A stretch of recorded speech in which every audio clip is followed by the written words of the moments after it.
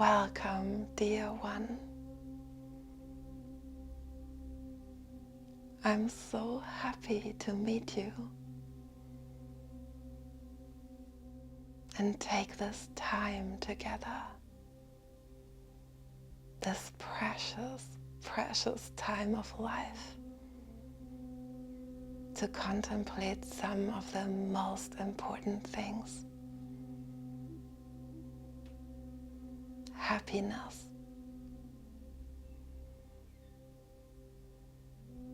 We all long to be happy.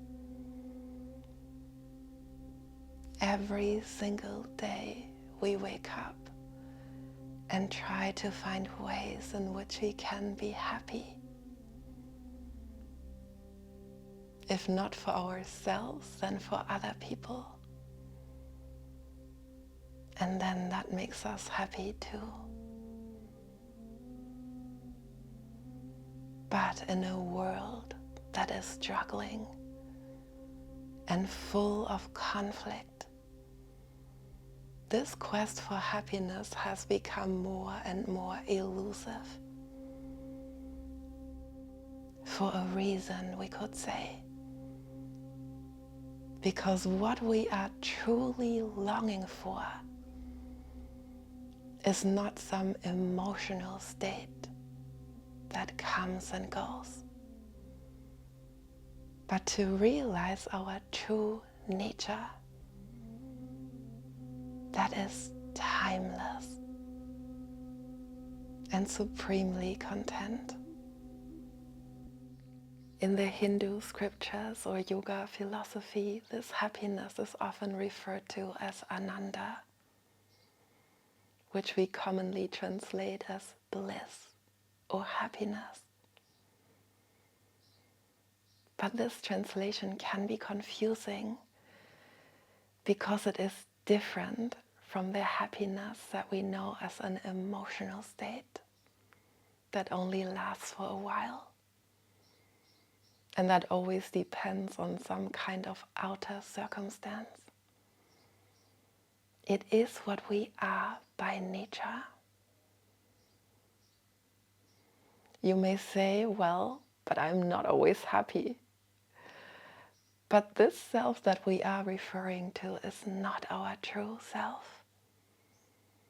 It is the ego or person that can have happy or sad thoughts and usually identifies with them, happy or sad emotions. But our true self is beyond thoughts and emotions. Like the sky, beyond the clouds, the rain and the thunderstorm. Let's look at the term more closely. It is composed of the prefix a, which indicates a superlative level, followed by Nanda, meaning joy, contentment, happiness. This indicates that it is a deeper dimension of happiness, not just a higher degree of the joys that we usually experience in life. Everything that we experience in life, all the joys and the happiness, is a reflection of our true self.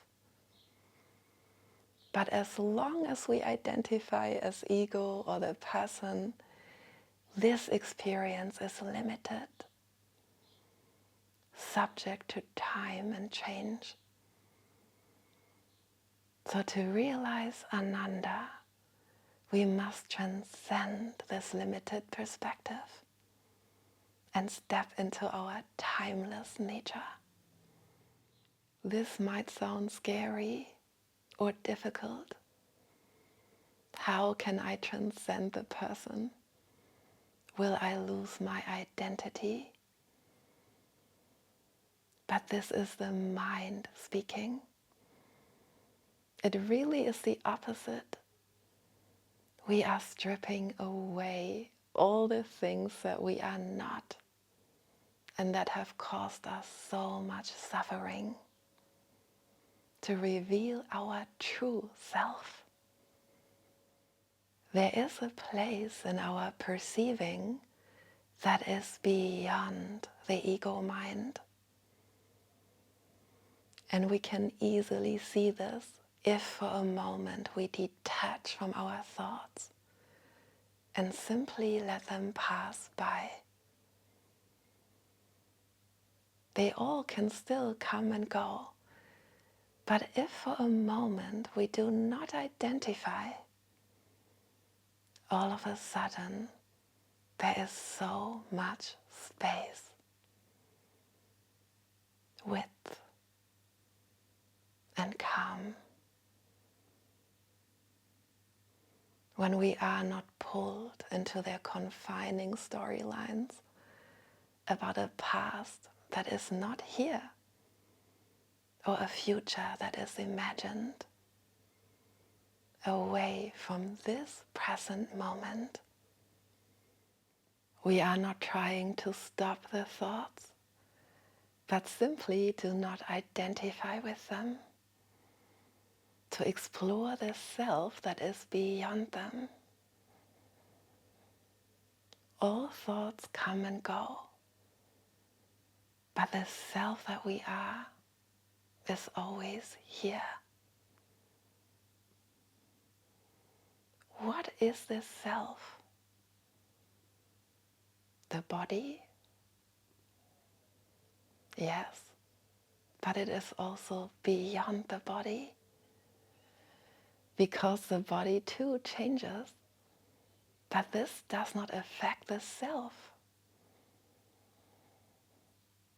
We are so obsessed with the body, what it looks like, what it can do, and how much suffering this has caused us. Because deep inside we know it is not really who we are. Even if our weight changes, we grow old, get wrinkles, get sick, inside we still are divine, immaculate being. Tall, small, young, old, rich, poor, all are the same immaculate self. What is this self?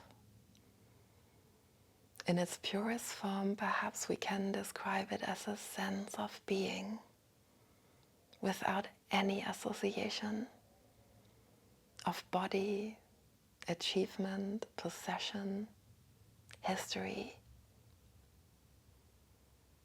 Even our history is not what we are. It is connected to our journey on this earth. But our true self is beyond any journey.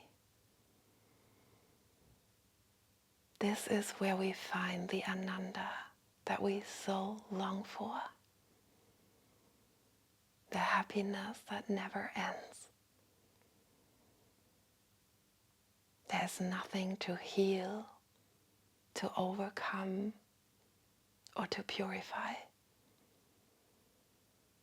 These are all layers that have been added on the outside. But the source of our being is always untouched. We might perceive it as a flow or ground of being or space. These are all words we can use, but they only are useful if they do not come from the mind, but are actual experience. There are no thoughts here, storylines, no time. Stillness is another way in which we can describe it, but not as in someone trying to be still, an act that requires effort and the need to be maintained. We need to drop this idea of someone doing it. We are that stillness. There is no separation. Can you move from the idea of a self that is experiencing stillness to the stillness itself, or beingness without separation? It has no beginning, no end, no form. The more we look at ourselves in this profound way, the deeper our experience will become, and the more stable, the more we can sense this contentment that does not come from anywhere and does not depend on anything. The joy of being.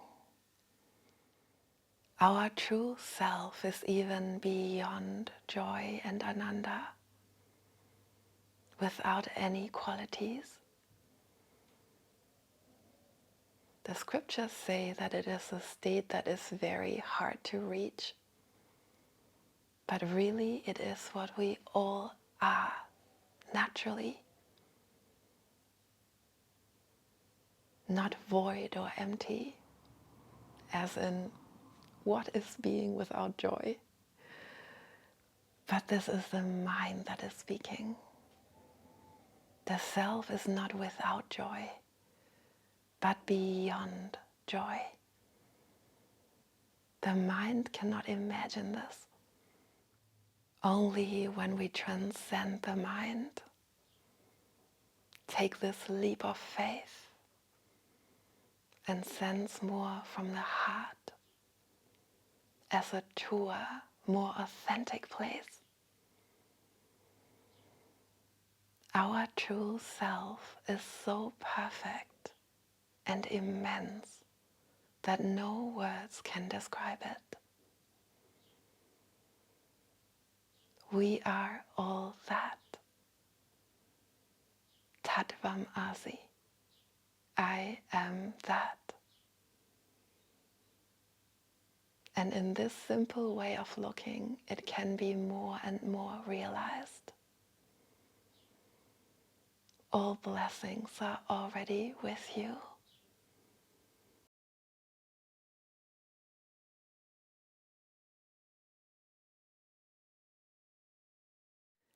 Thank you so much for watching.